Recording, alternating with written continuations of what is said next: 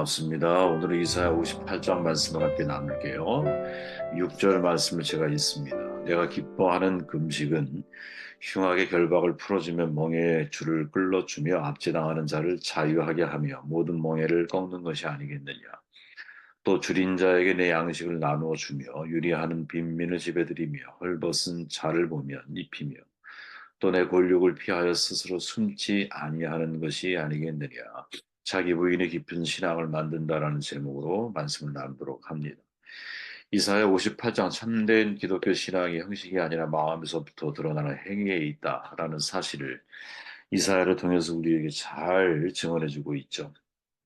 유다 이스라엘 백성들은 금식을 행하고 안식일을 지키면서 날마다 하나님을 찾고 뜻을 구하고 가까이 하는 것처럼 겉으로는 그렇게 보이지만 이절에 보니까 하나님께서는 이스라엘을 통해서 이스라엘 백성들의 신앙의 진실을 고발하게 하시죠. 그들은 하나님을 향하여 우리의 금식을 왜 몰라주시느냐 이렇게 물어요. 3절에 보니까 우리가 신앙생활을 하면서 사실은 바로 이 질문을 통해서 우리 자신을 돌아볼 필요가 있는데 가장 쉽게 빠질 수 있는 유혹이 뭐냐? 하나님이 아닌 자기 자신이 납득시키고 만족시키는 수준에서 신앙생활을 할 수 있다라는 거죠. 나의 만족을 위해서 혹은 내가 만족된 상황 속에서 신앙이 이것이 마치 하나님을 향한 신앙인 것처럼 착각하며 살아갈 수 있다라는 거예요. 이게 사실 우리가 이제 신앙인이 이 신앙생활을 하다 보면 나의 만족을 위해서 내가 신앙생활을 하는 건지 아니면 하나님의 만족을 위해서 신앙생활을 하는 건지 헷갈릴 때가 있다라는 거죠.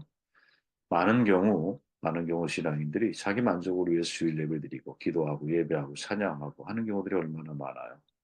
눈물 한번 찔끔 나면 마치 마음이 다 하나님으로 인하여 위로를 다 받은 것처럼 또 돌아가서 여전히 자신의 과거의 삶과 다를 바 없는 그런 인생의 어떤 다람 쳇바퀴 돌듯이 신앙생활을 하는 경우들이 얼마나 많이 있습니까?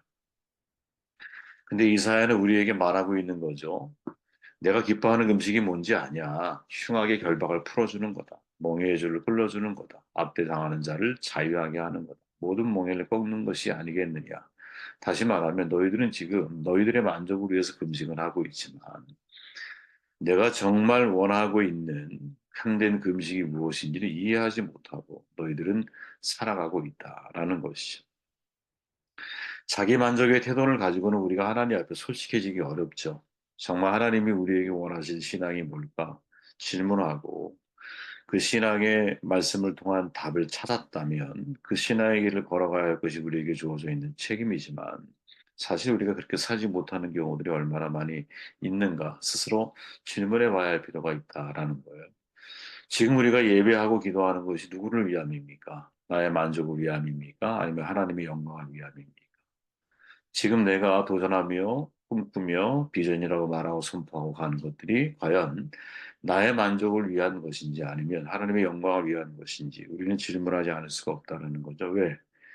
목적이 달라지면 내 안에 있는 중심 목적이 달라지면 사실은 나의 행위 자체가 하나님 앞에 아무런 열매가 될 수 없다라는 것 우리는 너무나 잘 알고 있기 때문인 거죠.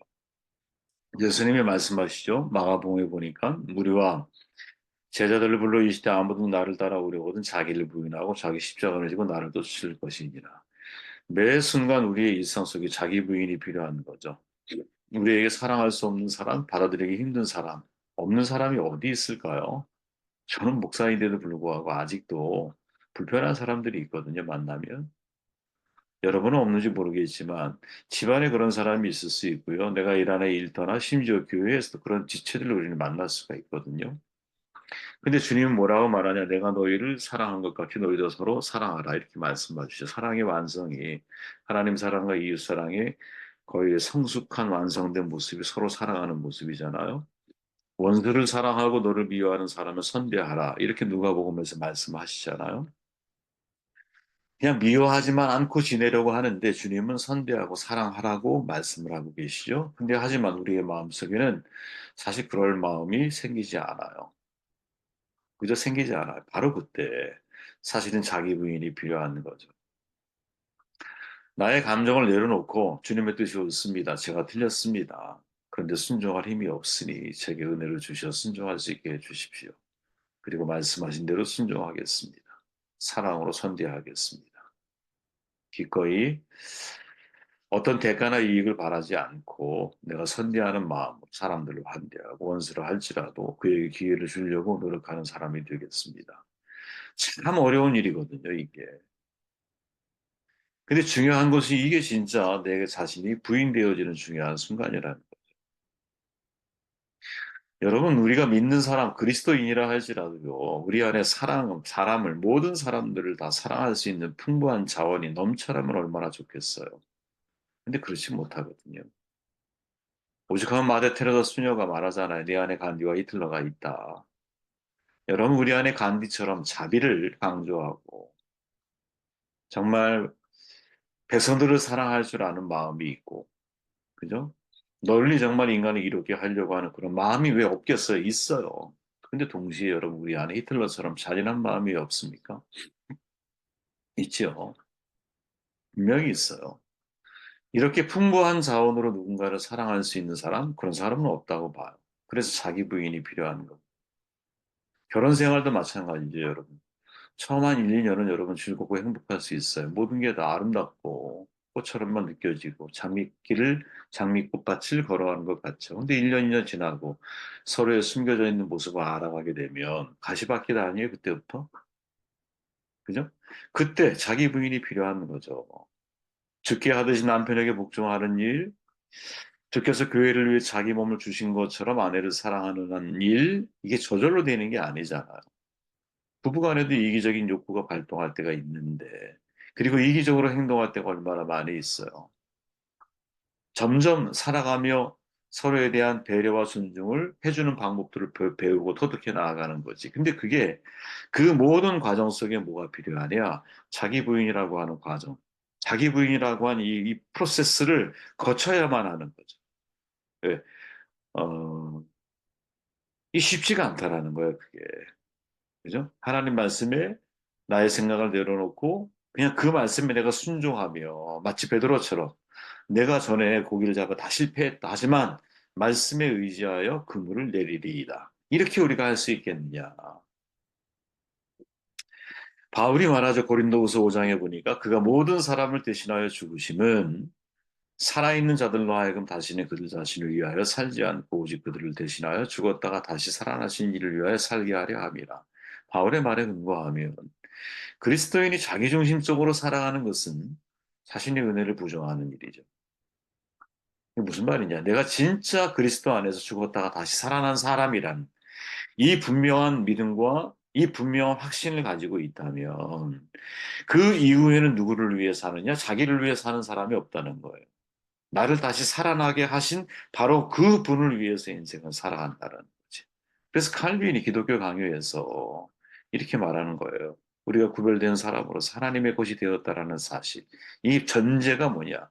자기 부인이다 말이지. 내가 하나님의 것이 되었다라고 하는 대전제가 뭐냐? 내가 자기 부인의 사람이 되고 있느냐? 그렇죠? 왜 우리 자신을 하나님 앞에 거룩한 산제물로 드려야 할까? 이는 너무나 간단한 거예요. 나를 다시 살아나게 하신 이를 위해서 인생을 살아가는 게 맞는 거기 때문에.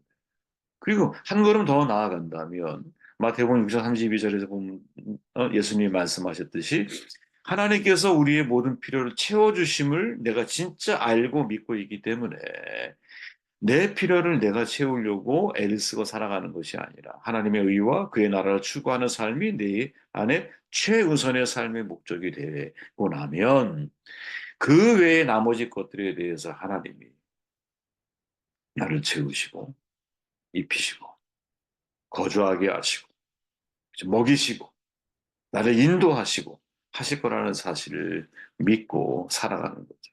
그래서 자기 부인의 사실은 본질적인 의미는 뭐냐? 나를 위해 사는 게 아니라 주님을 위해서 인생을 살아가는 거죠. 이게 진짜 자기 부인인 거예요. 내가 없는 거야. 내 안에 누구만 있는 거예요? 예수께서 원하시는 사명만 있는 하나님만이 있는 거야. 야, 이거 과연 이런 삶을 우리가 살아가고 있느냐, 살아갈 수 있겠느냐.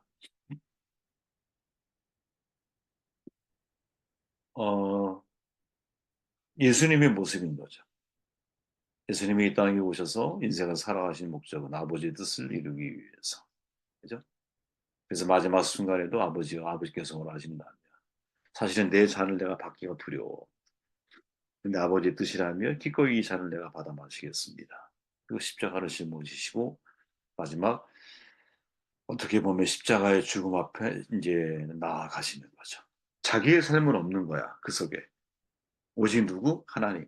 하나님이 내게 원하시는 삶만이 존재하는 거죠. 저는 저와 여러분들이 이런 삶을 살아야 한다고 봐요.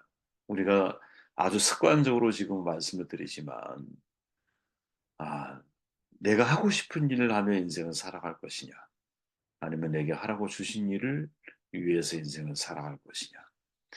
참 작은 차이 같은데 엄청난 큰 차이죠. 왜? 내가 하고 싶은 일은 자아 성취야, 자아 실현이야.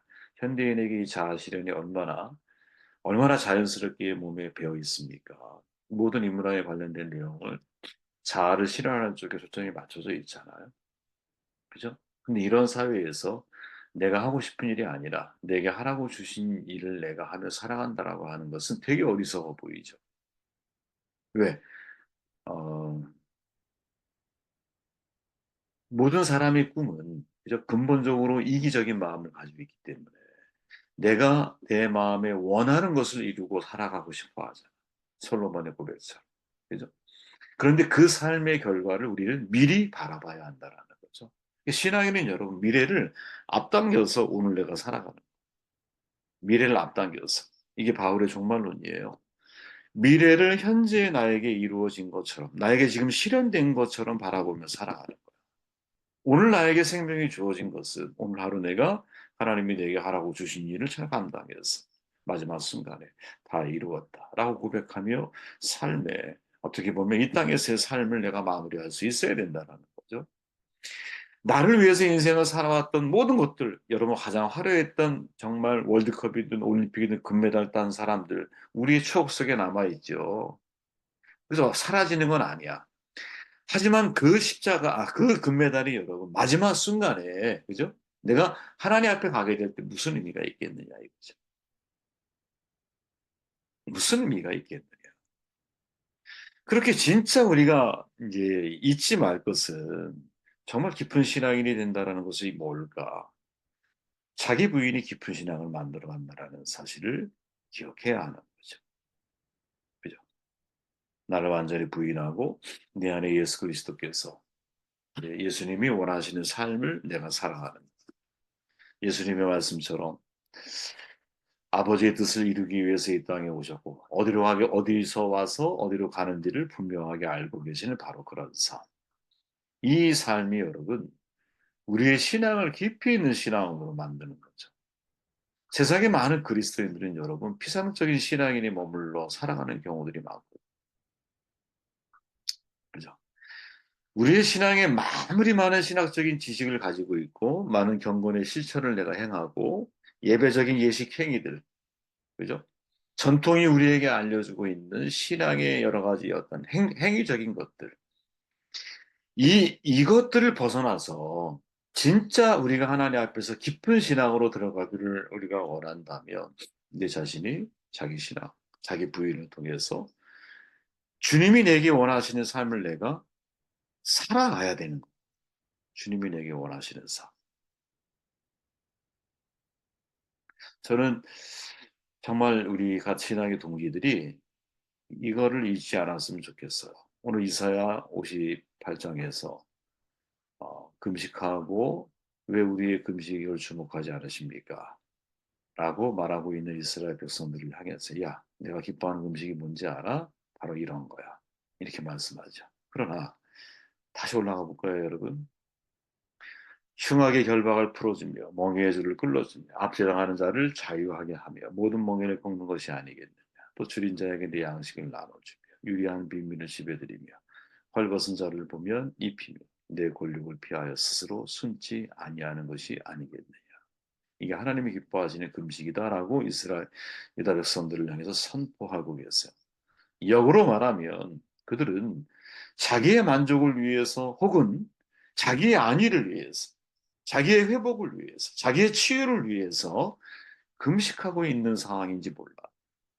근데 정말 하나님이 원하시는 그들을 향한 금식은 뭐냐? 지병과 연관되어져 있죠. 사명과 연관되어져 있죠.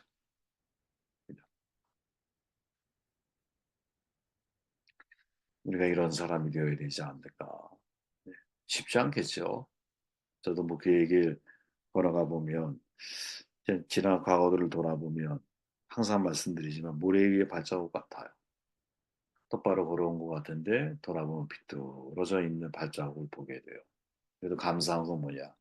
바라보고 가는 방향이 저에게서는 명확하기 때문이 아닌가 싶어요. 제게 있어서 이 세 가지, 평생에 내가 하고 싶은 일 해봤다고 봐요. 저는 목회적으로. 그죠? 이제는 내가 하고 싶은 일이 아니라 하나님이 내게 하라고 주신 일이 자꾸 마음속에 이렇게 갈망하게 되고, 그러다 보니 하나님보다 앞서는 게 아니라 하나님의 발자국을 따라가기를, 내가 하고 싶은 일이 아니라 내게 하라고 주신 일이기 때문에 어떤 상황에도 이것이 뭐랄까요? 받아들이기 힘들고, 예를 들어 걱정이 되고 염려가 되고 불편하고 원수된 상황과 사람들을 내가 비록 만나게 된다 할지라도 그냥 주의 말씀에 순종해서 가야 되는 거죠.